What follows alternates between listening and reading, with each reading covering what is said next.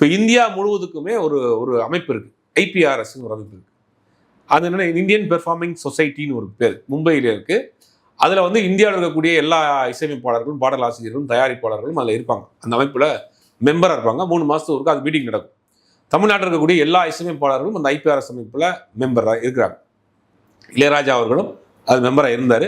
ஒரு காலகட்டத்துக்கு மேலே வெளியே வந்துட்டாங்க. இந்த ஐபிஆர்எஸ் அமைப்பு அப்படின்னா, இப்போ நீங்கள் ஒரு பாட்டை வந்து பயன்படுத்துகிறீங்க, ஒரு தயாரிப்பாளரோ ஒரு யூடியூப் ஓனரோ இல்லை வந்து ஒரு ஸ்பாட்டிஃபை மாதிரி ஒரு மொபைல் ஆப் வச்சுருக்கீங்களோ, இல்லை ஒரு எஃப்எம் ரேடியோ வச்சுருக்கீங்களோ, இல்லை வந்து ஒரு மொபைல் ஃபோன் கம்பெனி வச்சுருக்கீங்களோ, ஒரு பாட்டை பயன்படுத்தணும்னா நீங்கள் ஐபிஆர்எஸ் அமைப்புக்கு இந்த சோன் பாட்டை நான் பயன்படுத்துகிறேன், இதுக்கு என்ன வேணும் அப்படின்னு நீங்கள் ஒரு மெயில் போட்டிங்கன்னா அந்த அமௌண்ட்டை கேட்பாங்க. நீங்கள் ஃபுல் பண்ணி கொடுத்தீங்கன்னா எந்த விதமான பிரச்சனையும் வராது.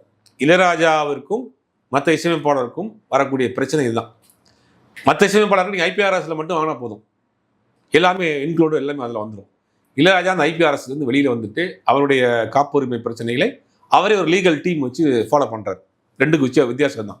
இந்த ஐபிஆர்எஸ் அமைப்பில் என்ன பண்ணுதுன்னா, நான் ஒரு தயாரிப்பாளர், நான் ஒரு படம் பண்ணியிருக்கேன், நான் ஒரு படத்தோட ஆடியோ ரைட்ஸ் வச்சுருக்கேன் அப்படின்னா அந்த ஆடியோ ரைட்ஸ்லேருந்து வாங்கக்கூடிய பணத்தை ஒரு பங்கு தயாரிப்பாளருக்கும், ஒரு பங்கு இசையமைப்பாளருக்கும், ஒரு பங்கை வந்து பாடல் பாடியவர்களுக்கும் பிரித்து கொடுத்துறாங்க ஐபிஆர்எஸ் அமைப்பு.